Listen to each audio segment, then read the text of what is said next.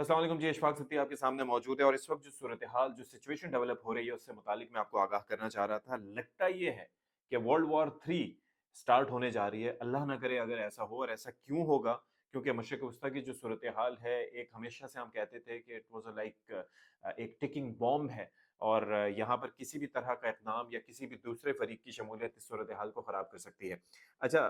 फ़लस्तीन और इसराइल की जो सूरत हाल है, आपके इल्म में है कि फ़लस्तीन पर इसराइल का जो गासिबाना कब्ज़ा है, जिस तरह से वहाँ पर आपने देखा अक्टूबर के बाद से अब तक हज़ारों की तादाद में फ़लस्तीनियों को मारा जा चुका है, शहीद किया जा चुका है, उसको खंडर बना दिया गया है गज़ा के इलाके को। फ़लस्तीनियों पर अरसा हयात तंग कर दिया गया है, वो तो चीज़ें अपनी जगह। लेकिन उसके अलावा इसराइल की जानिब से जो इक़दामात उठाए जा रहे हैं और ये जो मग़रिबी टोला उसको सपोर्ट कर रहा है, उसकी इससे बढ़कर मिसाल क्या हो सकती है? यकम अप्रैल आपके सामने है, किस तरीके से शाम के दारुल हुकूमत दमिश्क में जो ईरानी कौंसल खाना है, उसके बराबर में एक इमारत को निशाना बनाया गया, और वहाँ पर आप ये देखें कि ये जो कुद्स फ़ोर्स के एक सीनियर तरीन कमांडर और उनके साथ जो है 7 से 8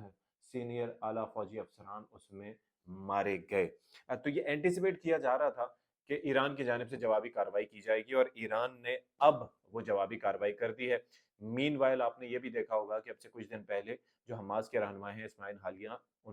हानिया, उनके जो है वो आपने देखा कि 3 साहबजादे और उसके अलावा बाकी भी उनके फैमिली मेंबर्स किस तरीके से इसराइल की जानिब से मारे गए, लेकिन उनका अज़्म और हौसला जमा रहा। उन्होंने कहा कि जो गज़ा के भी बच्चे मारे जा रहे हैं, वो भी मेरे बच्चे ही हैं, तो मुझे इस बात से इतना फ़र्क नहीं पड़ता। आप ये सोचिए, लोग तो बातें करते हैं, लेकिन उस शख्स ने ये कर दिखाया कि इतना हिम्मत और हौसला अपना जवान रखा। अब सिचुएशन क्या है? बात दरअसल ये है कि आपने देखा होगा कि ईरान की जानिब से हर वक़्त इस वक़्त तमाम जो ऐप्स हैं, सोशल मीडिया ऐप्स, सब पर यही बात चल रही है कि ईरान की जानिब से ड्रोन्स जो हैं, वो फ़ायर कर दिए गए हैं, क्रूज़ मिसाइल्स फ़ायर कर दिए गए हैं इसराइल की तरफ, और ईरान का जो ये मिसाइल हमला है, ये जो ड्रोन हमला है, और ईरान के जो वो खुदकुश ड्रोन्स हैं, अच्छा वो बड़े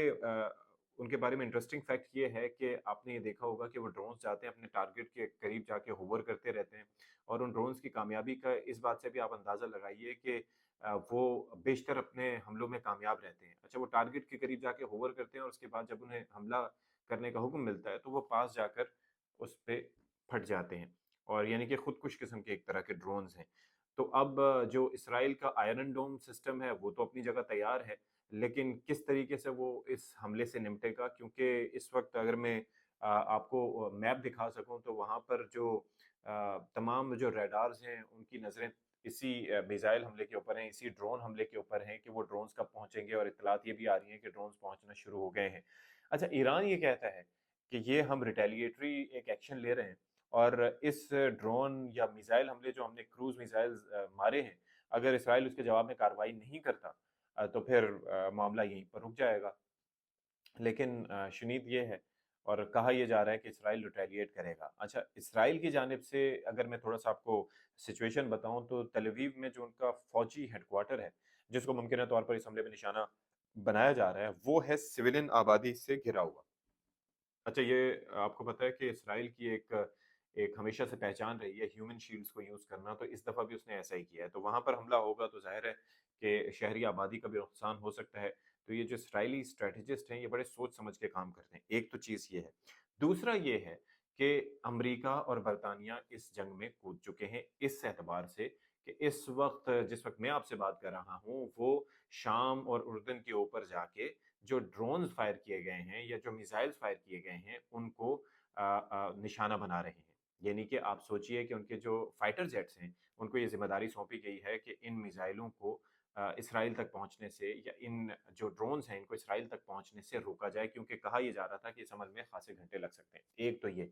इससे आपको आयरन डोम सिस्टम जो है उसकी कैपेसिटी का भी पता लग जाता है कि भई वो कितना काबिल है और कितने मिसाइल हमले रोक सकता है। एक तो चीज़ ये है। दूसरी चीज़ ये है कि रशिया की जानिब से जो व्लादिमीर पुतिन है, उनकी जानिब से स्टेटमेंट सामने आया है। उन्होंने कहा है कि भई ये जो किया गया है सारा कुछ, इसके बाद अब आप देखिएगा कि जो कमोडिटी प्राइसेज़ हैं वो कहाँ तक जा सकती हैं, और आप ये देखें कि अगर इस जंग में अमेरिका कूदता है, इसराइल रिटेलिएट करता है, शाम ऑलरेडी इसमें है, उर्दन इसमें कूदता है, बाकी मुल्क कूदते हैं, तो ये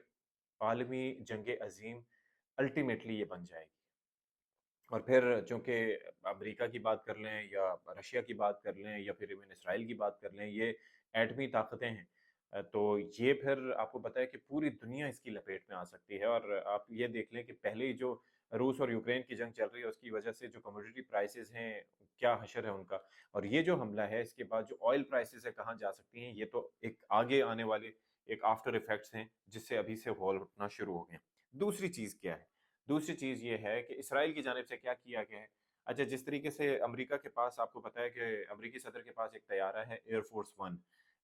وہ انہوں نے اس طریقے سے بنایا ہوا ہے کہ وہ اس کے اندر وہ فلائی کر جاتا ہے ایسی کسی ایمرجنسی کی صورت میں، اور پھر وہ وہیں سے اپنے جو حکومت کے جو تمام تر اقدامات ہیں وہ وہاں سے انجام دیے جا سکتے ہیں۔ تو اسرائیل کو بھی ظاہر ہے ان کا بغل بچہ ہے، تو اس کے لیے بھی انہوں نے ایسا ہی طیارہ بنایا ہوا ہے، اس کو ڈومز ڈے پلان کہا جاتا ہے۔ اب وہ ڈومز ڈے جو طیارہ ہے وہ اسرائیلی وزیر اعظم نیتن یاہو اور ان کی کیبنٹ کو لے کر اس وقت جب میں آپ سے بات کر رہا ہوں تو محو پرواز ہے، یعنی کہ خطرے کا تھریٹ لیول اس حد تک ہے کہ they are not even trusting their own air defence system, اور وہ اس وقت محو پرواز ہے۔ اور جیسے ہی یہ حملہ اپنے منطقی انجام تک پہنچے گا تو اس کے بعد دیکھیں گے کہ کیا ریٹیلیشن اس صورت میں سامنے آتی ہے۔ تو اب چکر سارا یہ ہے کہ صورتحال جو ہے وہ بڑی کشیدہ ہو چکی ہے، اور میں ساتھ ہی ساتھ کچھ اپڈیٹس بھی چیک کرنے کی کوشش کر رہا تھا، لیکن معاملات جو ہیں وہ کنٹرول میں آنے والے دکھائی نہیں دے رہے۔ لیٹس ہوپ سو کہ یہ معاملہ کنٹین ہو جائے، اور کسی طریقے سے ظاہر ہے کہ اسرائیل کو نتھ ڈالنا تو بہت ضروری ہے،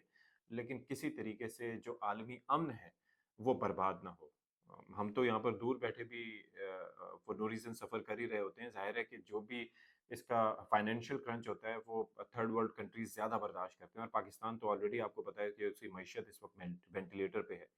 تو لیٹس سی واٹ ہیپنس۔ اللہ تعالیٰ عالم اسلام کی اور پاکستانیوں کی خاص طور پر بالخصوص اور فلسطینیوں کی حفاظت فرمائے، اور یہ عالمی جنگ عظیم جس کا ایک خدشہ ظاہر کیا جا رہا ہے وہ خدا نخواستہ شروع نہ ہو۔ Stay tuned for more.